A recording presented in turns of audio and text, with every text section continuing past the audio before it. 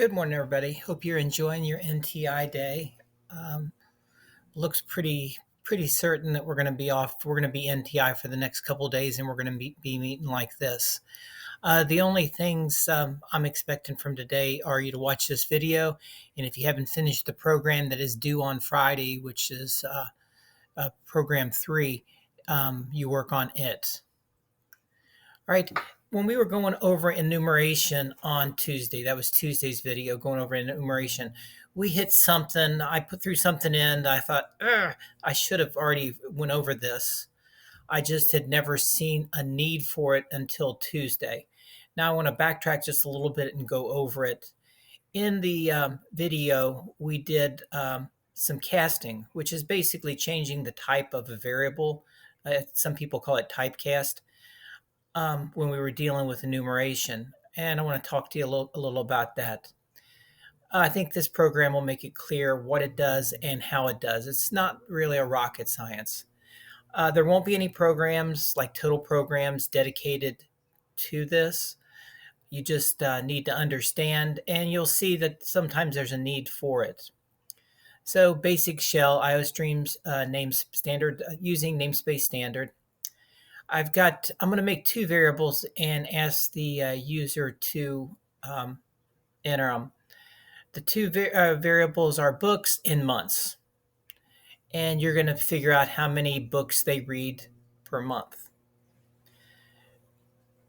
I'm going to make both of them integers. So the two numbers I want you to keep in mind are 13 and 4. I'm going to say there's going to be 13 books and going to read them in 4 months and figure out how many that is per month. So if you've got integers, and I hope you would answer this correctly on a test. If you've got 13 books and you divide it by 4 months, all right, you're going to get 3. You're not going to get 3 in a decimal because it's integers. That's why we've used the mod so often. It's when you're dealing with integers, the division gives you the number and the mod gives you the remainder. So integer books, integers, months. I'm going to make a double per month to give you the average. All right. First thing I'm going to do is see how many books you plan to read. The user, which is me, I'm going to enter 13. How many months will it take to read them? I'm going to enter 4. Okay, the next line, this line right here is the line where the casting or the type conversion, whatever you want to call it, is done. The meat of it is in this static underline cast, and then in carets or arrows, you've got doubles.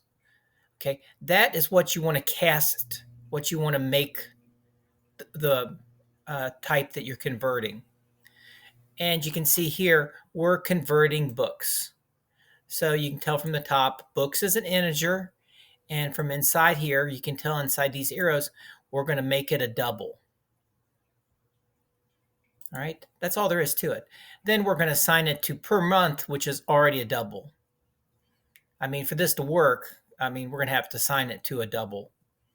So again, no real like tricky stuff to it. Static cast, inside the arrows is what you're going to, and inside the parentheses is what you are now. So books, it's an integer. So if I would have just put books divided by months, it would have came out 13 divided by 4 would have come out of 3.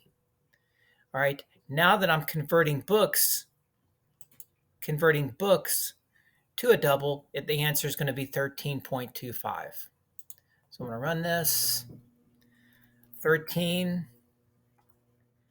or 13.25. All right. That's just something for you to know. I'm not really 100% sure how much we're going to use it, but I'm going to try to make it come up where you at least need to use it in a program. Like I said, a program won't be dedicated to it. All right. That's pretty intuitive that you'd want to change an int to a double or a float or a long or something like that. There's another case that you would use it, that especially when you get into some higher level computer science that you need to.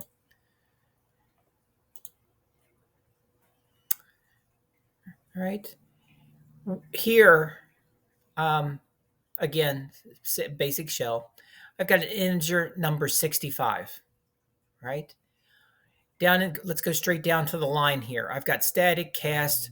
I want to cast or type convert number, which is 65, it's an integer, to a character.